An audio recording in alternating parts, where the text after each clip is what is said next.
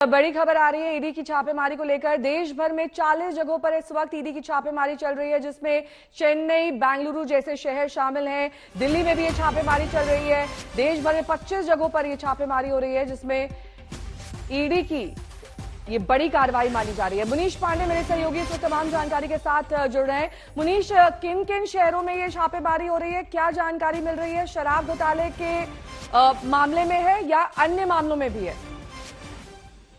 तो देखिए नेहा, जो जानकारी निकल कर आ रही है उसके मुताबिक पंजाब, हैदराबाद, बेंगलोर, मैंगलोर और चेन्नई, इन जगहों पर 40 ठिकाने ऐसे हैं जहां पर ईडी की छापेमारी चल रही है। ये छापेमारी जो शराब नीति थी दिल्ली में उसको लेकर ये चल रही है। और जो सूत्र हैं वो ये बता रहे हैं कि इस मामले में जो आज की छापेमारी है वो ज्यादातर उन लोगों के ऊपर है जो शराब के व्यापार में और उसको बनाने में शामिल थे।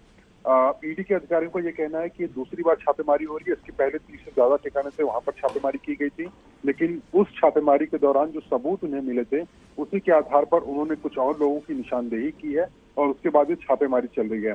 ईडी का जो मामला है, आपको याद होगा कि इस मामले में मनीष सिसोदिया जो दिल्ली के उप मुख्यमंत्री हैं उनको अक्यूज नंबर 1 यानी कि आरोपी नंबर 1 बनाया गया है।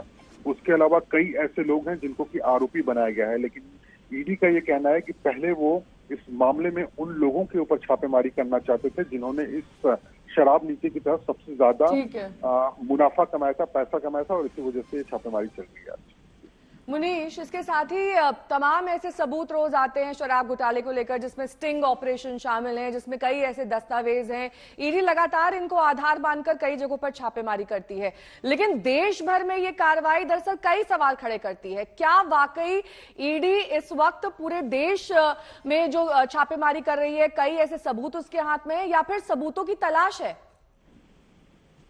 जी देखिए, बहुत बेहद अहम सवाल है आपका। देखिए, ईडी के अधिकारियों से मैंने बात की है, उनका कहना है कि उनके पास शुरुआती सबूत मिल गए हैं और शुरुआती सबूत के आधार पर उन्होंने जो केस बनाना शुरू किया है उसमें वो उनका साफ तौर पे कहना है कि इसमें सबसे ज्यादा मुनाफा जो है वो लिकर बिजनेस में जो लोग इन्वॉल्व थे, शराब के धंधे में जो लोग इन्वॉल्व थे उनको मिल रहा था।